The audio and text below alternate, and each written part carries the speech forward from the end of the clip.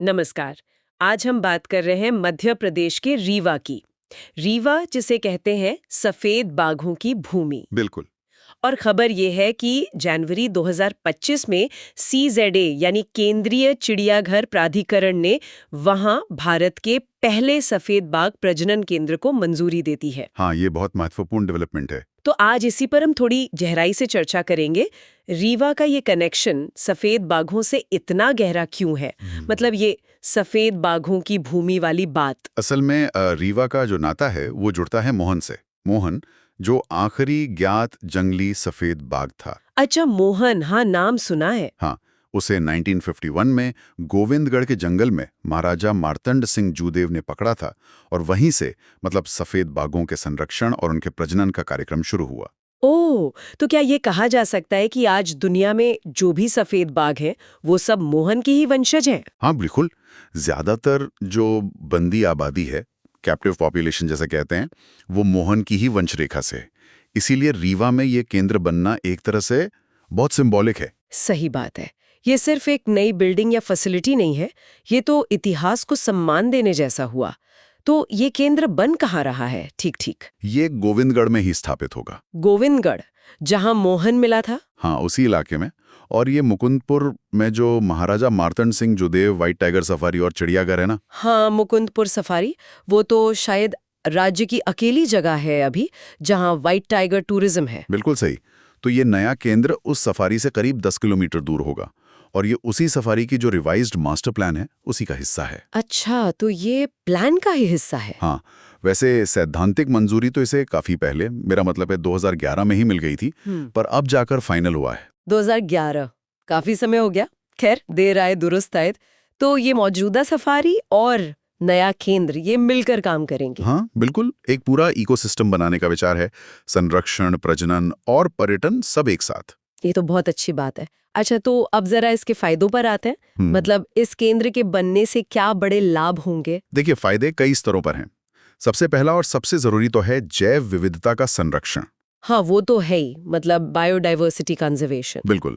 खासकर ये जो सफेद बाघ की अनोखी वंशावली है उसे सहेजना दूसरा बड़ा फायदा होगा, वन्यजीव पर्यटन को बढ़ावा। अच्छा, टूरिज्म बढ़ेगा। हाँ, जाहिर है, मुकुंदपुर सफारी पहले से ही एक आकर्षण है।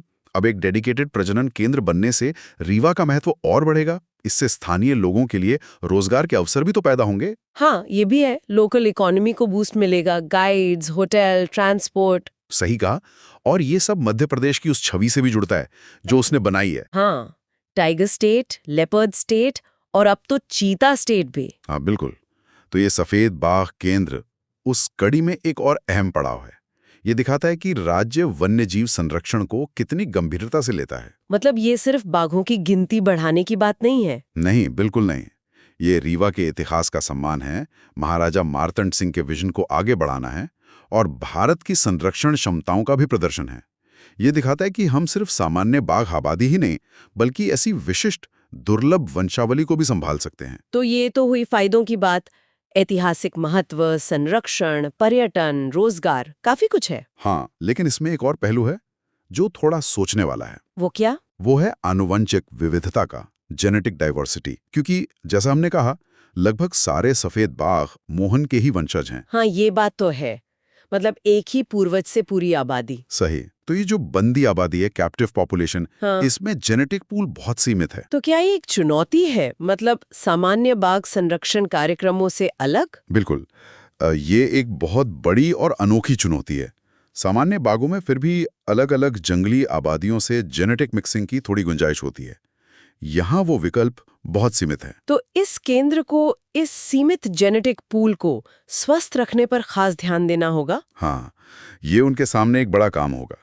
कैसे इस इनब्रीडिंग के खतरों से बचा जाए, कैसे इस वंशावली को लंबे समय तक स्वस्थ रखा जाए, ये शोध का भी एक महत्वपूर्ण विषय बनेगा। तो ये सिर्फ संख्या बढ़ाने का केंद्र नहीं, बल्कि जेनेटिक मैनेजमेंट का भी एक बड़ा केंद्र होगा। बिल्कुल।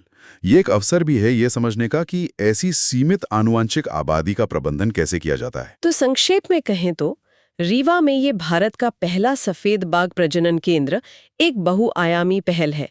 इतिहास का सम्मान, संरक्षण, पर्यटन को बढ़ावा, स्थानीय अर्थव्यवस्था में योगदान और साथ ही आनुवांशिक प्रबंधन की एक अनूठी चुनौती। एकदम सही। और आगे देखने वाली बात यही होगी कि ये केंद्र मोहन से शुरू हुई इस विरासत को भविष्य के लिए कैसे सुरक्षित रखता है, खासकर उन आनुवांशिक चुनौतियों का सामना करते हुए। ये वन्यजीव प्रबंधन में वाकई एक दिलचस्प केस स्टडी बनने वाला है। निश्चित रूप से। चलिए आज की चर्चा यहीं समाप्त करते हैं। ये जानकारी वाकई बहुत रोचक थी। धन्यवाद।